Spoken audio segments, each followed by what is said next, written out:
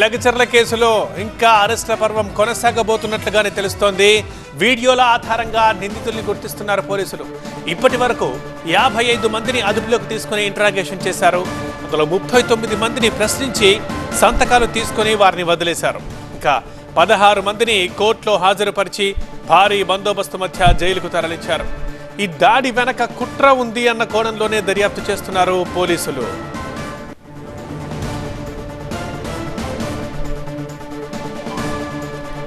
అటు లగచర్ల కేసులో కీలక సూత్రధారి భోగమోని సురేష్ కోసం గాలిస్తున్నారు. కొడంగల్ నియోజకవర్గం అంతటా టెన్షన్ వాతావరణం కొనసాగుతోంది. గ్రామాల్లో పోలీస్ పికెటింగ్ పేరుతో పాటు ఇంటర్నెట్ సేవలు బంద్ చేశారు. నిర్మానుష్యంగా కనిపిస్తున్నాయి పలు గ్రామాలన్నీ. ఇళ్ల నుంచి ప్రజలు బయటికే రావట్లేదు. ఇష్టం వచ్చినట్లు కేసులు నమోదు చేస్తే మాత్రం ఊరుకోమంటున్నారు బాధితులు. బీఆర్ఎస్ నేతలపై కూడా ఇవాళ కేసులు నమోదు చేసే అవకాశం కనిపిస్తోంది. ఇప్పటికే మాజీ ఎమ్మెల్యే నరేందర్ రెడ్డిని అరెస్ట్ చేసి పోలీసులు తీసుకెళ్లారు. ప్రస్తుతం లగచర్లలో పరిస్థితి ఎలా ఉంది? మా ప్రిన్సిపల్ కరెస్పాండెంట్ జ్యోతి ఆ సమాచారంతో రెడీగా ఉన్నారు. జ్యోతి, ఓకేనా? వికారాబాద్ జిల్లా లగచర్ల గ్రామంలో ఏదైతే కలెక్టర్ మీద జరిగినటువంటి దాడి కేసుకు సంబంధించి పోలీసుల దర్యాప్తు కొనసాగుతోంది.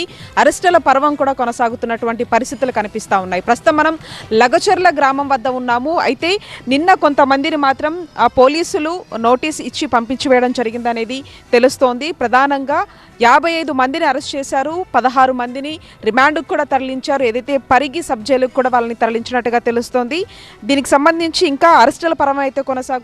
ప్రధానంగా సురేష్ అనే వ్యక్తి కోసం కూడా పోలీసులు గాలిస్తూ ఉన్నారు. అయితే ఎవరికైతే నిన్న పిఎస్ నుంచి వాళ్ళని ఇంటికి పంపించి వేశారు, సంతకం తీసుకొని నోటీసులు కూడా ఇచ్చినట్టుగా తెలుస్తుంది. వాళ్ళతో ఒకసారి మాట్లాడదాము. చెప్పండి అండి, అసలు ఏం జరిగింది మీ గ్రామంలో? నిన్న తీసుకుని వెళ్ళారా? మిమ్మల్ని ఎప్పుడు రిలీజ్ చేశారు? నైటు 1:40 డైరెక్ట్ ఇంటికి వచ్చారు. వచ్చి ఏం తలుపు కొట్టిందాడే డైరెక్ట్ మాట్లాడకుండా డైరెక్ట్ వేసుకొని వెళ్ళిపోయింది. అసలు డ్రెస్ బాగాలేదు. అసలు మేము మామూలుగా ఉన్నాం, నైట్ డ్రెస్ మీద ఉంటే అలాగే వేసుకపోయిన దగ్గర అక్కడ తీసుకెళ్ళి అక్కడ వాడేశారు. మార్నింగ్ 9 తర్వాత వచ్చి సారాలు వచ్చిండ్రు. వచ్చి అందులో మీడియాలో ఇట్లా కొట్లాడిండ్రు కదా, కొట్టిన వాళ్ళని సపరేట్ చేశారు. కొట్టని మీడియాలో అందులో లేనివన్నీ సపరేట్ చేసేసి ఎవరైతే కొట్టారో వాళ్ళని వేసుకొని వెళ్ళారు అంచెల్లి. మేము ఏం తప్పు చేయలేం కాబట్టి మాకైతే కౌన్సిలింగ్ ఇచ్చారు.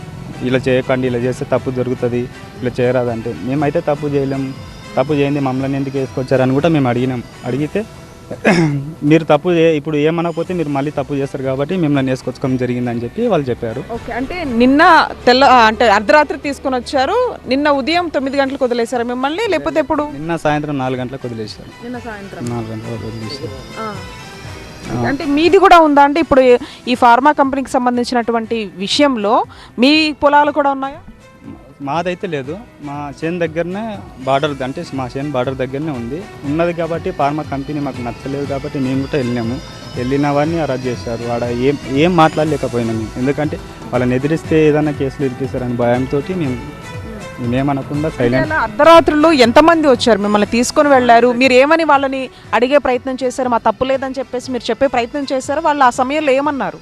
మేము అసలు నాకు మాట్లాడే అవకాశం ఇవ్వలేరు. మాట్లాడితే వాళ్ళు మాట్లాడితే కూడా కొట్టారు వాళ్ళు. అసలు మేమేమనుకుంది, ఎందుకంటే మేము తప్పు చేయలేం కాబట్టి మేము ధైర్యం మీద ఉన్నాం. ఎందుకంటే మేము తప్పు చేయలేం, పోలీస్ స్టేషన్ కాకపోతే ఏటికి బెక్కైతే వెళ్దామని ఉన్నాం. ఆడ ప్రశ్నిస్తే కొట్టారు అంతే.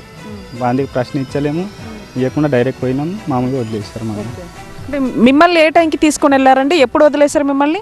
నైట్ 1 గంట ఆ టైంలో, 1 గంట 1:30 టైంలో ఆ టైంలో తీసుకుపోయారు మేడం.